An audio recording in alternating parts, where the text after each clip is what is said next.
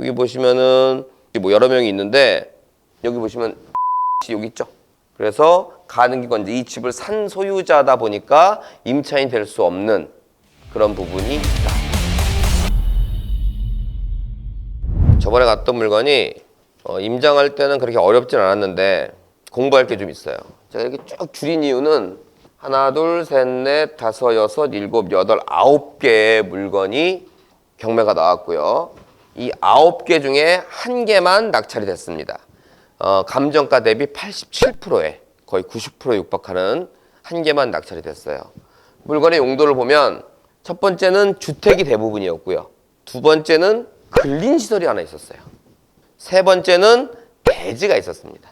땅만 나온 거 이렇게 3개가 있었고, 자, 하나 낙찰받은 걸 먼저 보면 다른 주택은 대항력 있는 임차인이 다 있었는데 이 주택만은 하나만 대항력 있는 임차인이 없었어요.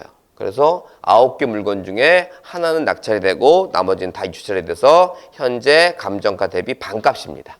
자, 여러분들은 저번 주에 뭘 했냐면 마음에 드는 주택 등을 하나 골라서 시세 파악을 하고 권리 분석을 해봤어요. 자, 그러면 이제 이거 하나 볼게요. 자, 토지 면적 135평에 건물 면적 64평짜리고요. 감정가는 4억 7천, 최저가는 2억 3천. 딱 반값 떨어진 거고요. 근데 이렇게 내려보니까 뭐가 있었어요? 라는 분의 선순위 전입이 있었다.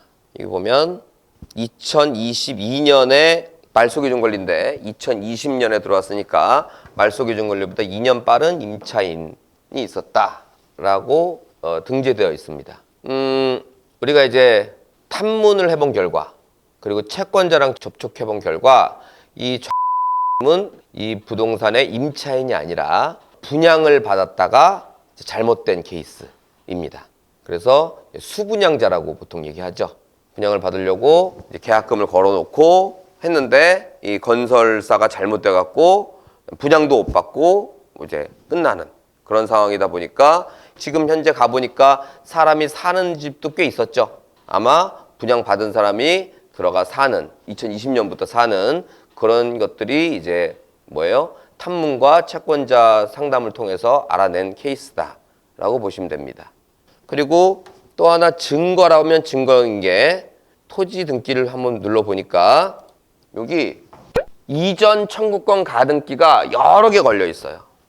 가등기라는 건 내가 이 집을 샀다 이런 표현이거든요. 이런 표현인데 아직 본등기는 안 했어. 이런 사람들이 여러 명 걸려 있는데 이 여러 명 걸려 있는 케이스가 보통 분양을 받고 뭔가 완료가 안 됐을 때 가등기를 하는 케이스다라고 보시면 되고, 여기 보시면은 뭐 여러 명이 있는데 여기 보시면 여기 있죠. 그래서 가등기권자 이 집을 산 소유자다 보니까 임차인이 될 수 없는 그런 부분이 있다. 근데 제가 왜 이 말씀을 드리냐면 아까 목록을 보니까 임차인이 있는 것과 없는 건 90%에 육박해서 낙찰됐고 지금 있다고 말하는 건 지금 반값으로 떨어진 상황이에요. 저는 여러분들한테 항상 말씀드리고 싶은 게 물건이 멀쩡한데 권리가 어려워. 이건 뭐예요? 공부를 해야 되는 거죠. 권리가 어려운 건 아닌데 탐문이 어려워. 그럼 발품 팔아야 되죠. 요 발품이나 요게 있으면 우리가 과연 얼마나 싸게 살 수 있느냐 이걸 계속 강조하는 겁니다. 이 탐문이라는 것도 이 몸으로 행동하는 거라면 몸으로 행동해갖고 아 이거는 수분양자라는 걸 알아냈어. 그리고 등기를 보니까 가등기가 돼 있네. 우리가 이제 공부한 대로 아 이 사람은 분양받은 사람이라 우리가 물어줘야 될 임차인이 아니라는 걸 알아냈어. 그러면 남들 90%에 살 때 우린 80%에 사고 70%에 사고 60%에 사는 그게 있어야 된다는 얘기입니다. 근데 저번 주에 해보셨으면 아시겠지만 이건 그리 난이도가 높은 편은 아니에요. 그래서 시세 대비 한 30% 정도 싸게 사자라는 말씀을 드린 바 있습니다. 자, 그렇다면 요 대지 있죠? 요거는 토지만 매각이라고 나왔어요. 토지만 매각. 다른 것들은 집이 있으니까 평당 350만 원인데 이건 집이 없으니까 평당 150만 원이에요. 뭐가? 감정가가. 그럼 지금 얼마란 얘기야? 70만 원대란 얘기예요. 맞죠? 그러면 과연 이게 좋으냐 집이 있는 게 좋으냐? 이거 하기 전에 하나 더 봐볼까요? 여기 근린시설 있죠? 거기 가서 임장했을 때 근린시설 있었어요? 없었죠? 다 집이었죠? 보통 집이 그 지역마다 다르지만 보통 10가구가 넘어가면 이게 너 이 집이 좀 너무 많다? 그러면 환경평가니 기타 등등의 심의를 거쳐요. 심의를 거치면 기간도 쭉 늘어나고 비용도 쭉 늘어납니다. 그러니까 어떻게 10가구를 분양할 것 같으면 한 가구를 주택으로 져놓고 주택과 허가받기가 유사한 근린으로 빼놓는 거야. 그럼 9가구니까 심의 안 받잖아. 그리고 준공 다 받고 나서 요거를 변경하는 형태로 바꿉니다. 내가 바꾸면 또 꼼수 쓴다 그러니까 어떻게 분양해놓고 그 사람이 바꾸게. 좀 뭐 약간 부수적인 얘기였고요. 그러면 과연 근린시설이 좋으냐? 여러분들 주택은 예나 지금이나 부동산 경기가 좋으면 쪼이는 정부 정책이 있습니다. 그리고 여러분들이 이미 주택이 있다면 이런 것들로 구입하는 것도 다주택자를 피하는 방법 중에 하나겠죠.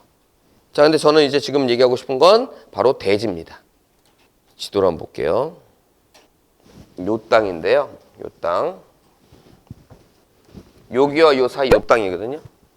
여러분들은 이제 주택이 있고 반값에 살 수 있다는 가정하에 주택이 있고 근생이 있고 그리고 대지가 있습니다. 시세에 반값에 살 수 있어요. 하나 선택하시면 되겠죠. 게다가 주택과 근린시설에는 선순위 임차인인 것처럼 보이는 사람이 있어요. 근데 우리가 조사해 보니까 임차인이 아니야. 그러면 제가 그때 얘기했던 것처럼 한 30% 정도는 싸게 사자라는 말씀을 드렸습니다. 자, 현장에 이런 대지 있었던가요? 없었죠. 현장에 뭐가 있었어? 짓담한 건물 있었죠? 한 30%, 40% 짓고 있었습니다. 그럼 그거야말로 뭐야? 법정 지상권이죠. 그럼 이제 선순위 임차인이 있었던 것처럼 보이는 게 그게 뭐다? 한 30% 싸게 살 수 있다면 그거는 더 많이 싸게 사야죠. 요거는 제가 보기에는 지금 반값이니까 한번 더 유출돼서 한 50% 미만에 사시면 될 것 같습니다. 저라면 뭘 살 거냐? 전 당연히 이거 삽니다. 이거 사서 그 나머지 부분을 해결해야 되겠죠. 종합적인 결론을 짓자면 저번 주 임장에 대해서 결론을 짓자면 여러분들은 물건은 멀쩡한데 하자가 있다. 이걸 제가 여러분들한테 열심히 고려하는 게 아니라 하자가 없는데 하자가 있는 것처럼 보이는 것들도 많이 싸니까 그거라도 일단 찾아 먹자라는 얘기입니다. 지금 이 9개 물건 중에 6개가 선순위 임차인이 있거든요. 그거는 남들 10% 싸게 살 때 여러분들은 한 30%는 싸게 살 수 있으니까 그렇게 가시고 마지막으로 드리고 싶은 얘기는 그러면 더 하자가 있거나 더 하자가 있는 것처럼 보이는 것들은 더 싸게 살 수 있으니 여러분들이 많은 경험과 공부를 통해서 이런 것들도 구입해 보자라는 말씀으로 두 번째 주제를 마무리하도록 하겠습니다.